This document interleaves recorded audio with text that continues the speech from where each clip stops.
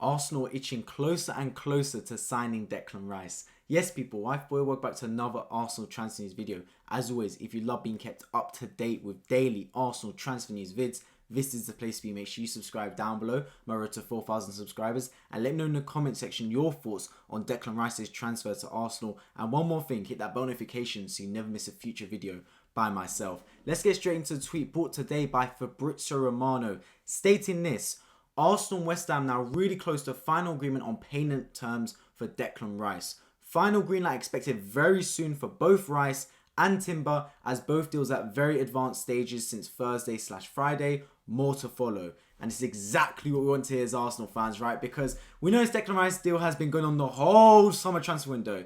Though it's been a saga, like genuinely it has been. But it seems as though finally it's going to get wrapped up. Now, there's been reports that Arsenal on purpose delayed it until July so that they could write it on the books of the new season, all that stuff. And look, that could be true. That very much could be a legitimate reason. But I just want this saga to be over now, man. I feel like we've been chasing Declan Rice. It's like we've been chasing our tail like a dog chasing their tail, right? This whole window. I mean, we heard about Declan Rice being Arsenal's #1 target from January at times. I remember when Arsenal were linked to Caicedo, people saying, look, even if Arsenal do sign Caicedo this January, it doesn't stop them wanting Declan Rice in the summer. Obviously, reports came out in May from Fabrizio Romano saying that Declan Rice is Arsenal's #1 target. Of course, we heard that as soon as the Europa Conference League was finished, Arsenal going to submit a bid. Waited and waited and waited, and about 3-4 weeks later, after the Europa Conference League finals finished, it seems as though we're finally going to get our man, with our third bid being 100 million plus £5 million in add-ons. The fee was agreed. It was just about the payment structure.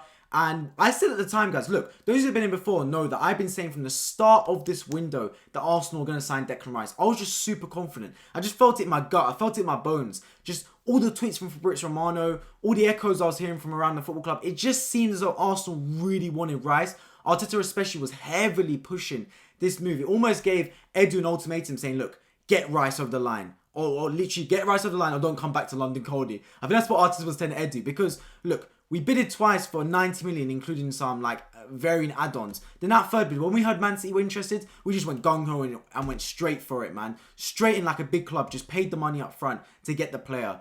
And it seems though we're negotiating on terms of payment terms. That is reaching a conclusion. I do expect both Rice and Timber to be Arsenal players this week, which is brilliant news as well, man. Absolutely brilliant news. It's always beneficial to get your transfer dealings done in early, right? Because that gives them more time to adapt, more time in pre-season, gives Arteta more time in the training ground to get everyone integrated so we can hit that next season like a house on fire. I mean, look at last season, right? We brought in Zinchenko, Jesus, all super early before preseason started, and then as soon as last season began, I remember Crystal Palace away that first game on a Friday, we hit the ground running, and then we basically started the Premier League season last year brilliantly. I'm aiming for something similar this season if I'm Arsenal Football Club, and bringing in your summer transfer window dealings in early is always a plus point. Now, Declan Rice is a player, right? Let's not forget, this man is wanted by multiple clubs. He is an unbelievable player. Yes, you hear opposing fans say, oh, 105 million for Rice, 100 plus million, most expensive Englishman, well overpaid.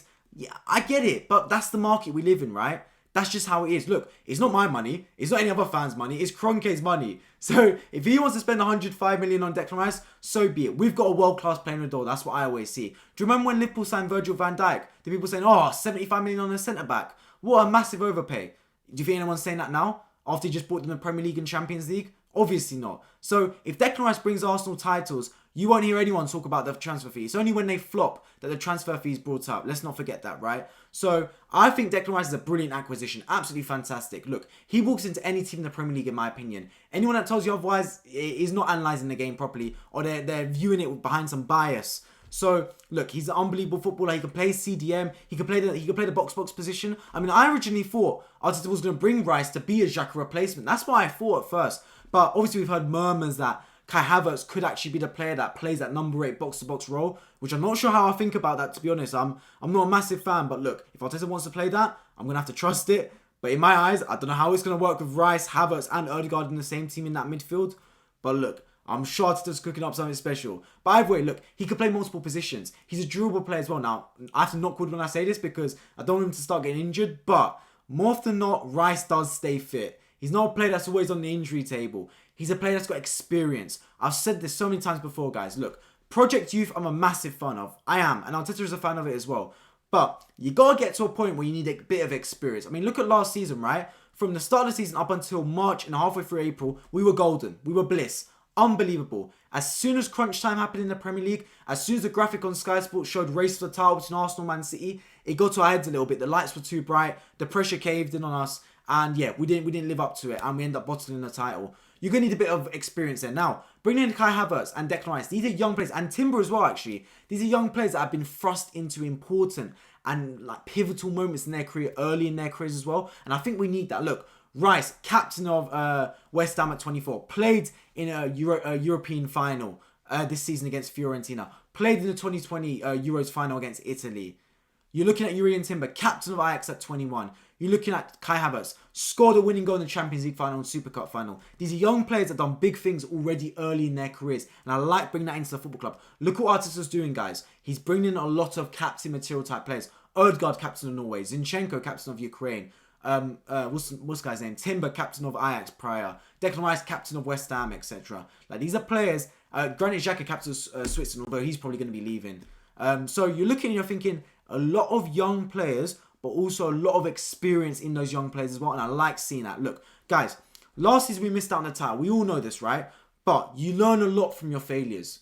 People always say, look, it's not a failure if you've learned a lesson. And I kind of see that. Yes, it is a failure we didn't win the league last season. I do believe that because we were in such a commanding position to do so. But I also believe that every time you lose, you do learn a lesson. And I hope these boys have learned a lesson because they've learned how to compete against an absolute machine in Man City. Man City are by far the best team in Europe right now. By absolute far. They've just won the treble. They're three-peated. No one's near them. Like, they just wiped the floor of Real Madrid and Bayern Munich in back-to-back Champions League games, quarterfinals and semi-finals. That team is elite. And we came this close to pipping them to the Premier League title. So it goes to show we're going somewhere. Anyone that tells you Arsenal won't challenge for the title next season, I think that's a bit ludicrous to say. Look, you might say we won't get the same points as last season, or we won't have a good start as last season, and I agree with that to an extent. But to say Arsenal will just fall off again and go back to mediocrity, I think it's not right. It's a ludicrous statement, if anything, because you haven't watched enough of Arsenal this season if you're saying that. Because I watched every single Arsenal game last season, and we haven't just beat teams on the score sheet. We beat teams in terms of how we dominate them on the pitch, performance-wise. We're having more shots, more possession, controlling the game. Every single metric, every single facet of the match, we're beating the opponent. And bringing in players like Timber, Declan Rice, they all add to the control of matches. That's what I like to see. Look, Declan Rice and Jurrien Timber, these aren't players that are just good defensively or just good going forward. They are good at multiple facets of the game. They can control a football match. And I think Arteta values that. Look, Declan Rice coming in, for me, he marks a new era of Arsenal Football Club. He can be a man that could be a captain of our club one day. I fully believe that if he's here long enough. He's a staple of this team. He's going to be Arsenal's record signing. It'll be the first time Arsenal spent over 100 million on any player ever. It will be a defining player to bring into Arsenal Football Club. And I think it's one that the whole transfer will look at and go, ooh, that's a big transfer to bring in. I think they'll say it because, look, Bayern Munich wanted him. Man City wanted him. Liverpool, we had murmurs that they wanted him alongside Man United and Chelsea. This wasn't a player that Arsenal just wanted, like Ødegaard, Ben White and Ramsdale, where it's literally just Arsenal in for these players. This was a top-tier player that Arsenal had taken and bought, despite other big clubs having the interest as well. And I like to see that. If you're a big club, you sign the top players, because more often than not, the top players are wanted by multiple football clubs. So Declan Rice will be an Arsenal player. It's happening sooner rather than later. I do expect a here we go from Fabrizio Romano this week, followed up by an Arsenal announcement probably at the end of this week, if not early the week after, as I also head into pre-season, a new season I cannot wait to start. Those of you new around here, make sure you subscribe. We're to 4,000 subscribers. If you love the sound of daily Arsenal transfer news videos, and I can't wait for new season, man. I'll be reacting to every single Arsenal game as I did the season prior. I can't wait for it. Drop a like down below so this video gets out to more people in the algorithm, and I hope to see you all in my next video. Take care.